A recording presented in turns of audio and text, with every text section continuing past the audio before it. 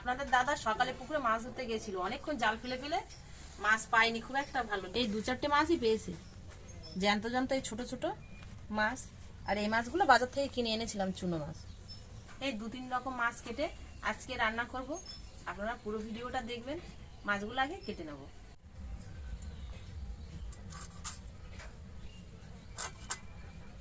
Doctor তো বলে যে চারা মাছের ভিটামিন বেশি, চারা মাছ খেলে নাকি ভালো। পুকুরে আর বড় মাছ পেল না আপনাদের দাদা, এই ছোট ছোট মাছই পেল।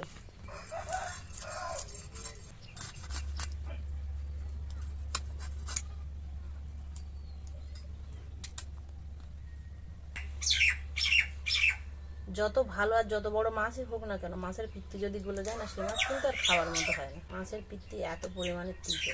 এই চারা মাছগুলো কেটে নিয়েছি, এবার চুনো মাছগুলো কেটে নেব।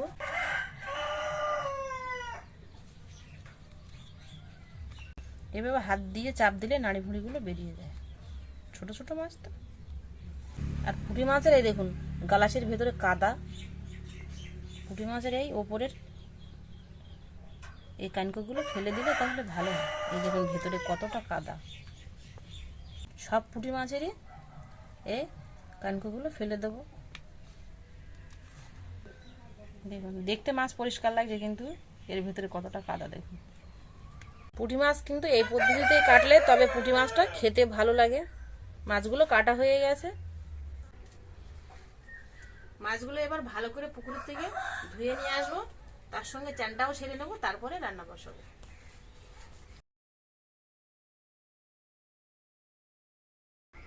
মাছ টাছ ধুয়ে চান করে পুজো টাজা দিয়ে চলে এসছে, এবার রান্না বসাবো। সবজিগুলো আগে প্রথমে কেটে নেব। বড় মাছগুলো দিয়ে সজনে ডাঁটা আর বেগুন দিয়ে একটু গামাখা ঝোল রান্না করবো, আর চুনো মাছগুলো ঝাল রান্না করবো প্লেন।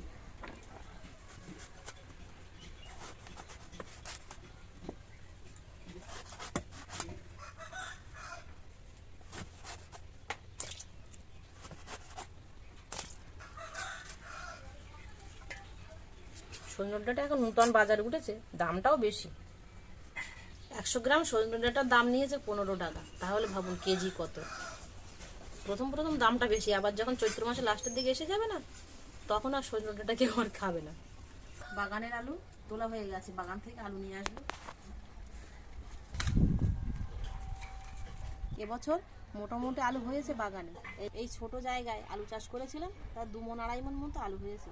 সব আলু তুলে নিয়ে বাড়ি নিয়ে গেছি, আর এই অল্প কটা আজকে এক্ষুনি তুললো আপনাদের দাদা। এগুলো একটু রৌদ্র পেয়ে যাক, তারপরে তুলে নিয়ে যাব। এখন আপাতত রান্না করার জন্য কটা আলু নিয়ে যাব।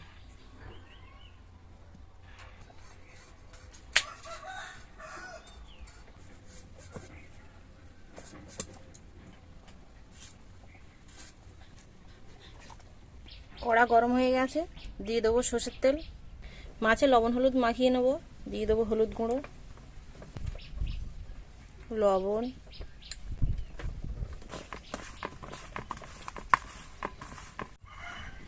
তেল ধোঁয়া ওঠা গরম হয়ে গেছে। এবার মাছ দিয়ে ভেজে নেব।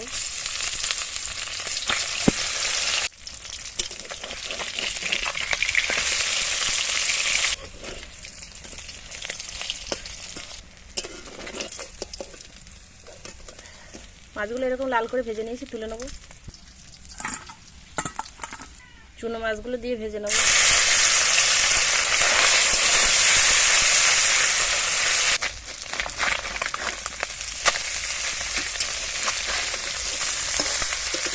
চুনো মাছগুলো ভাজা হয়ে গেছে, এবার তুলে নেব।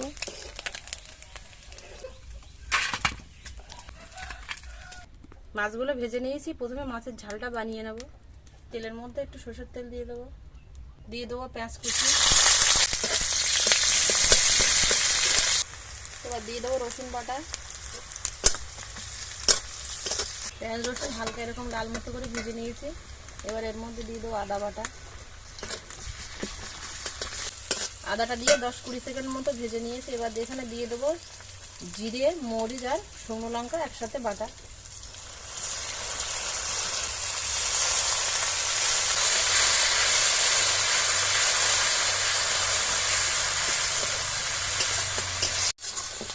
মশলাটা খানিকক্ষণ কষিয়ে নিয়েছি, মশলার গা থেকে যে তেল ছাড়ছে। এবার জল দিয়ে দেবো।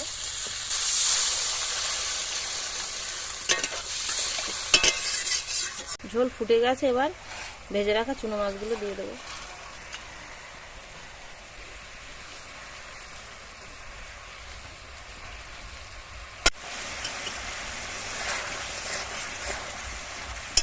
চুনো মাছের ঝালটা হয়ে গেছে, এবার নামিয়ে নেব।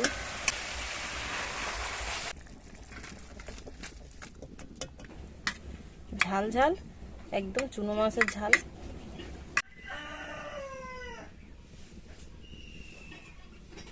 আগে টমেটোগুলো ভেজে নেব।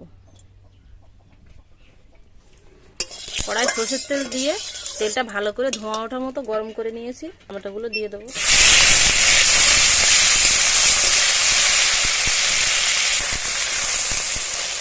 টমেটোগুলো এরকম হালকা পোড়া পোড়া করে ভেজে নিয়েছি, এবার নামিয়ে নেব।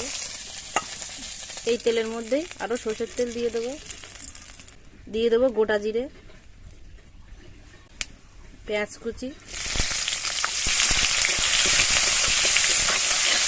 পেঁয়াজটা হালকা একটু ভাজা ভাজা মতো হয়ে গেছে, এবার এর মধ্যে ধুয়ে রাখা আলু আর ডাঁটাটা আগে দিয়ে দেবো।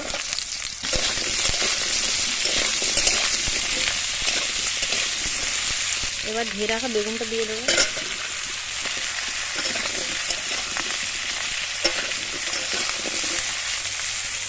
চাপা দিয়ে প্রথমে সবজিটা খানিকক্ষণ ভেজে নেব।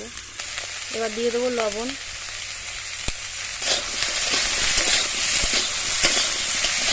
এবার দিয়ে দেবো হলুদ গুঁড়ো,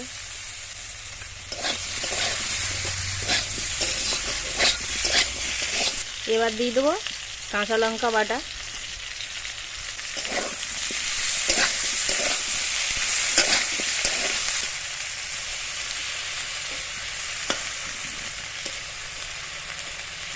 বেগুনগুলো খুঁচি দিয়ে এইভাবে চাপ দিয়ে দেব। তাহলে বেগুনের ভেতরে যে জলটা ধরে নিয়েছে সেই জলটা বেরিয়ে যাবে, বেগুনটা ভালো সেদ্ধও হবে আর বেগুনটা রান্নার পরে খেতেও ভালো লাগবে। এবার এর মধ্যে দিয়ে দেবো অল্প মটরশুঁটি,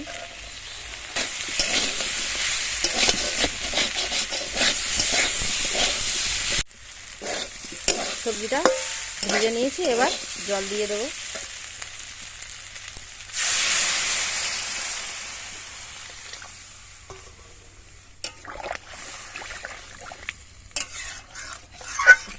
চাপা দিয়ে দেবো সেদ্ধ হওয়ার জন্য।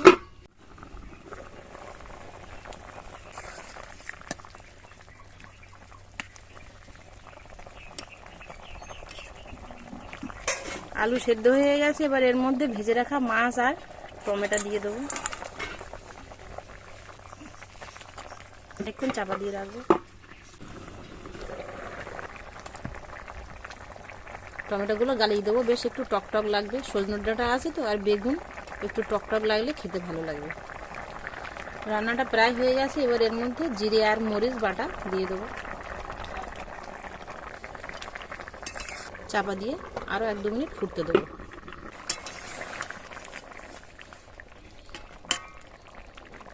বেগুন দিয়ে মাছের ঝোল রান্নাটা হয়ে গেছে, এবার নামিয়ে নেব।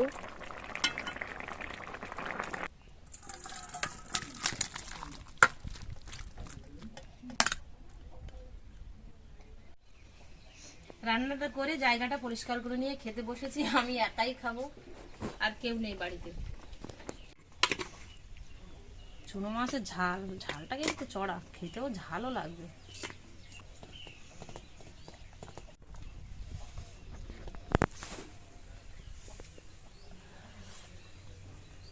দারুণ হয়েছে, ঝাল ঝাল হয়েছে তো, যারা ঝাল খায় তাদের জন্য একদম উপযুক্ত চুনো মাছের ঝাল।